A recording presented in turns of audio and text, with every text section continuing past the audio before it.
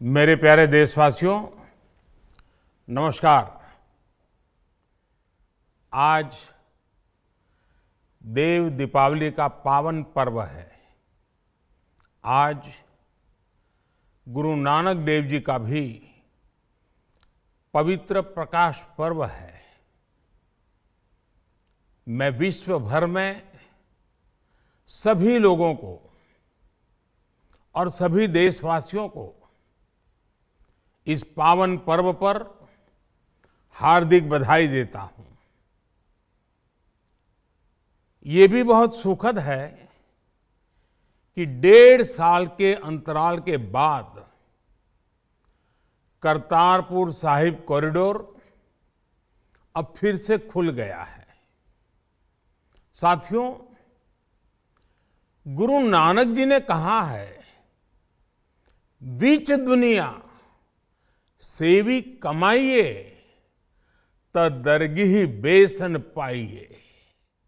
यानी संसार में सेवा का मार्ग अपनाने से ही जीवन सफल होता है। हमारी सरकार इसी सेवा भावना के साथ देशवासियों का जीवन आसान बनाने में जुटी है। न जाने कितनी पीढ़ियां जिन सपनों को सच होते देखना चाहती थी, भारत आज उन सपनों को पूरा करने का भरपूर प्रयास कर रहा है। साथियों, अपने 5 दशक के सार्वजनिक जीवन में मैंने किसानों की परेशानियों को, उनकी चुनौतियों को बहुत करीब से देखा है, महसूस किया है। इसलिए जब देश ने मुझे 2014 में प्रधानमंत्री के रूप में सेवा का अवसर दिया, तो हमने कृषि विकास, किसान कल्याण को सर्वोच्च प्राथमिकता दी।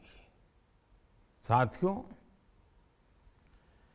इस सच्चाई से बहुत लोग अनजान हैं कि देश के 100 में से 80 किसान छोटे किसान हैं। उनके पास 2 हेक्टेयर से भी कम जमीन है। आप कल्पना कर सकते हैं, इन छोटे किसानों की संख्या 10 करोड़ से भी ज्यादा है। उनकी पूरी जिंदगी का आधार यही छोटी सी जमीन का टुकड़ा है। यही उनकी जिंदगी होती है। और इस छोटी सी जमीन के सहारे ही वो अपना और अपने परिवार का गुजारा करते हैं। पीढ़ी दर पीढ़ी परिवारों में होने वाला बंटवारा इस जमीन को और छोटा कर रहा है। इसलिए देश के छोटे किसानों की चुनौतियों को दूर करने के लिए हमने बीज, बीमा, बाजार और बचत, इन सभी पर चौतरफा काम किया। सरकार ने अच्छी क्वालिटी के बीज के साथ ही किसानों को neem coated urea, soil health card, micro irrigation जैसी सुविधाओं से भी जोड़ा। हमने 22 करोड़ सॉइल हेल्थ कार्ड किसानों को दिए और इस वैज्ञानिक अभियान के कारण एग्रीकल्चर प्रोडक्शन भी बढ़ा। साथियों, हमने फसल बीमा योजना को अधिक प्रभावी बनाया। उसके दायरे में ज्यादा किसानों को लाए। आपदा के समय ज्यादा से ज्यादा किसानों को आसानी से मुआवजा मिल सके, इसके लिए भी पुराने नियम बदले। इस वजह से बीते 4 साल में 1 लाख करोड़ रुपए से अधिक का मुआवजा हमारे किसान भाई बहनों को मिला है। हम छोटे किसानों और खेत में काम करने वाले श्रमिकों तक बीमा और पेंशन की सुविधाओं को भी ले आए। छोटे किसानों की जरूरतों को पूरा करने के लिए सीधे उनके बैंक खातों में 1,62,000 करोड़ रुपए ट्रांसफर किए, सीधे उनके खाते में। साथियों, किसानों को उनकी मेहनत के बदले उपज की सही कीमत मिले, इसके लिए भी अनेक कदम उठाए गए। देश ने अपने रूरल मार्केट इंफ्रास्ट्रक्चर को मजबूत किया। हमने एमएसपी तो बढ़ाई ही, साथ ही साथ रिकॉर्ड सरकारी खरीद केंद्र भी बनाए। हमारी सरकार द्वारा की गई उपज की खरीद ने पिछले कई दशकों के रिकॉर्ड तोड़ दिए हैं। देश की 1,000 से ज्यादा मंडियों को ई नाम योजना से जोड़कर हमने किसानों को कहीं पर भी अपनी उपज बेचने का एक प्लेटफॉर्म दिया। और इसके साथ ही देश भर की कृषि मंडियों के आधुनिकीकरण पर भी हमने करोड़ों रुपए खर्च किए। साथियों, आज केंद्र सरकार का कृषि बजट पहले के मुकाबले 5 गुना बढ़ गया है। हर वर्ष 1.25 लाख करोड़ रुपए से अधिक कृषि पर खर्च किए जा रहे हैं। 1 लाख करोड़ रुपए के एग्रीकल्चर इंफ्रास्ट्रक्चर फंड के माध्यम से गांव और खेत के नजदीक भंडारण, इसकी व्यवस्था, कृषि उपकरण जैसी अनेक सुविधाओं का विस्तार, ये सारी बातें तेजी से हो रही है। छोटे किसानों की ताकत बढ़ाने के लिए 10,000 एफपीओ किसान उत्पादक संगठन बनाने का अभियान भी जारी है। इस पर भी करीब 7,000 करोड़ रुपए खर्च किए जा रहे हैं। माइक्रो इरिगेशन फंड के आवंटन को भी 2 गुना करके 10,000 करोड़ रुपए कर दिया गया है। हमने क्रॉप लोन भी 2 गुना कर दिया, तो इस वर्ष 16 लाख करोड़ रुपए हो जाएगा।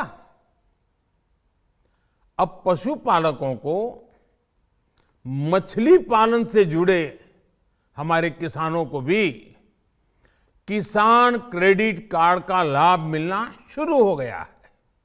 यानी हमारी सरकार किसानों के हित में हर संभव कदम उठा रही है, लगातार एक के बाद एक नए कदम उठाती जा रही है।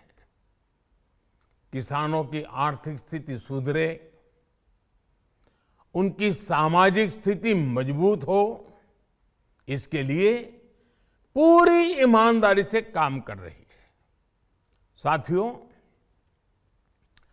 किसानों की स्थिति को सुधारने की इसी महाअभियान में देश में 3 कृषि कानून लाए गए थे।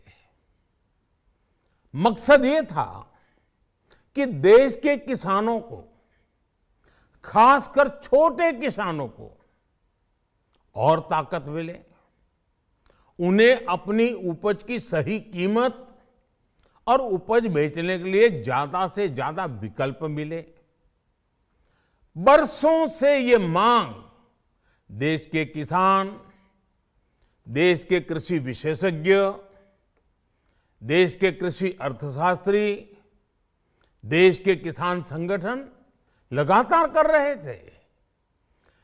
पहले भी कई सरकारों ने इस पर मंथन भी किया था।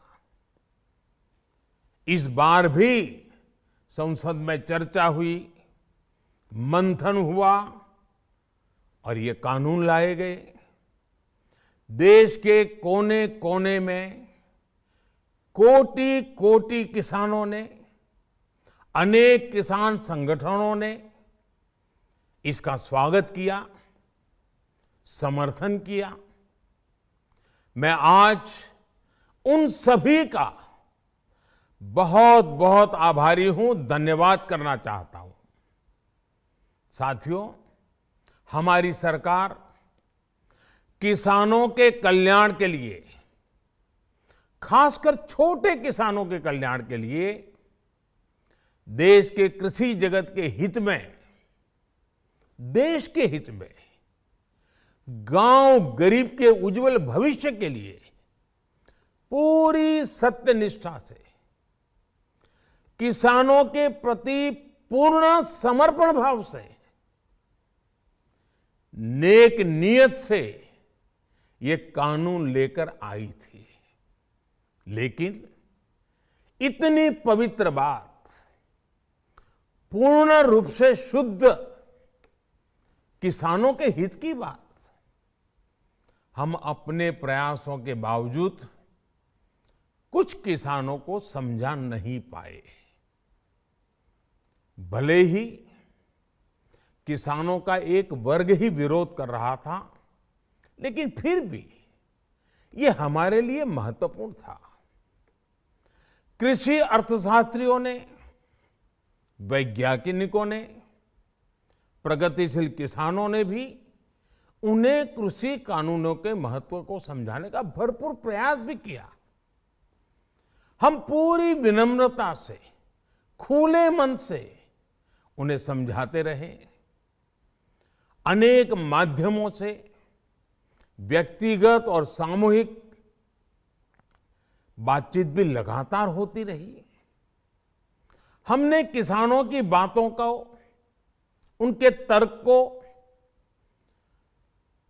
समझने में भी कोई कोर कसर बाकी नहीं छोड़ी। कानून के जिन प्रावधानों पर उन्हें ऐतराज था, सरकार उन्हें बदलने के लिए भी तैयार हो गई। 2 साल तक हमने इन कानूनों को सस्पेंड करने का भी प्रस्ताव दिया। इसी दौरान ये विषय माननीय सर्वोच्च न्यायालय के पास भी चला गया। ये सारी बातें देश के सामने है, इसलिए मैं इनके अधिक विस्तार में नहीं जाऊंगा। साथियों, मैं आज देशवासियों से क्षमा मांगते हुए सच्चे मन से और पवित्र हृदय से कहना चाहता हूं कि शायद हमारी तपस्या में ही कोई कमी रही होगी, जिसके कारण दिए के प्रकाश जैसा सत्य कुछ किसान भाइयों को हम समझा नहीं पाए। आज गुरु नानक देव जी का पवित्र प्रकाश पर्व है। ये समय किसी को भी दोष देने का नहीं है। आज मैं आपको, पूरे देश को ये बताने आया हूं कि हमने 3 कृषि कानूनों को वापस लेने का, रिपील करने का निर्णय लिया है। इस महीने के अंत में शुरू होने जा रहे संसद सत्र में, इसी महीने में, हम 3 कृषि कानूनों को रिपील करने की संवैधानिक प्रक्रिया को पूरा कर देंगे। साथियों, मैं आज अपने सभी आंदोलनरत किसान साथियों से आग्रह कर रहा हूं, आज गुरु पर्व का पवित्र दिन है। अब आप अपने अपने घर लौटे, अपने खेत में लौटे, अपने परिवार के बीच लौटे। आइए एक नई शुरुआत करते हैं, नए सिरे से आगे बढ़ते हैं। साथियों, आज ही सरकार ने कृषि क्षेत्र से जुड़ा एक और अहम फैसला लिया है। जीरो बजट खेती यानी प्राकृतिक खेती को बढ़ावा देने के लिए देश की बदलती आवश्यकताओं को ध्यान में रखकर क्रॉप पैटर्न को वैज्ञानिक तरीके से बदलने के लिए एमएसपी को और अधिक प्रभावी और पारदर्शी बनाने के लिए ऐसे सभी विषयों पर भविष्य को ध्यान में रखते हुए निर्णय लेने के लिए एक कमेटी का गठन किया जाएगा। इस कमेटी में केंद्र सरकार, राज्य सरकारों के प्रतिनिधि होंगे, किसान होंगे, कृषि वैज्ञानिक होंगे, कृषि अर्थशास्त्री होंगे। साथियों, हमारी सरकार किसानों के हित में काम करती रही है और आगे भी करती रहेगी। मैं गुरु गोविंद सिंह जी की भावना में अपनी बात समाप्त करूंगा। देहि शिवावर मोहे इहे, शुभ कर्मन ते कबहू न टरो। हे देवी, मुझे ये वर दीजिए कि मैं शुभ कर्म करने से कभी पीछे ना हटूं। जो किया किसानों के लिए किया, जो कर रहा हूं देश के लिए कर रहा हूं। आप सभी के आशीर्वाद से मैंने मेहनत में पहले भी कोई कमी नहीं की थी। आज मैं आपको विश्वास दिलाता हूं कि अब और ज्यादा मेहनत करूंगा ताकि आपके सपने साकार हो सके, देश के सपने साकार हो सके। आपका बहुत बहुत धन्यवाद। नमस्कार।